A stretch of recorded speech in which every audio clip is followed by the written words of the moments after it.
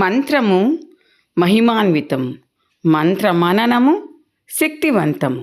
మంత్రము భావము తెలుసుకుని పఠిస్తే మరీ మరీ ఫలవంతం.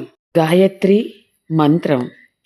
ఓం భూర్భువస్వః తత్సవితుర్వరేణ్యం భర్గో దేవస్య ధీమహి ధియో యో న ప్రచోదయాత్. భావము: ప్రణవ మంత్రంగా భూ, భువః, సువః అనే 3 వ్యాహృతులుగా ఉంటూ ఎవరు మన బుద్ధిని ప్రేరేపిస్తారో సమస్తాన్ని సృష్టించే ఆ జ్యోతిర్మయ రూపాన్ని ధ్యానిద్దాం. గాయత్రి మంత్రములోని ప్రతి అక్షరం బీజాక్షరమని, మహిమాన్వితమైనదని విజ్ఞుల భావన. ఈ మంత్రం జపిస్తే సకల దేవతలను స్తుతించినట్లని పెద్దలచే సూచింపబడినది.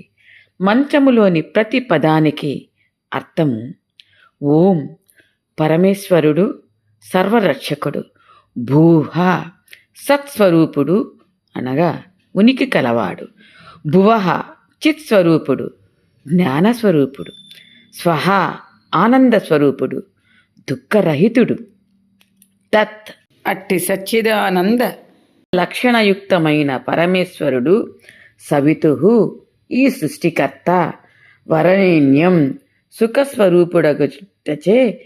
సుఖస్వరూపుడగుటచే జీవులందరి చేత ఆరాధింపబడేవాడు, భర్గః శుద్ధస్వరూపుడు పాపరహితుడు, దేవస్య అట్టి అనేక దివ్య గుణములు కలిగిన దేవుని యొక్క దివ్య స్వరూపము, ధీమహి హృదయాంతరాలలో ఆత్మలో ఏకమై యహ ఆ పరమేశ్వరుడు, నహ జహ మా బుద్ధులను ప్రచోదయాత్ సత్కర్మలయందు ప్రేరేపించి అభ్యుదయ శ్రేయములను పొంద సమర్థము చేయుగాక.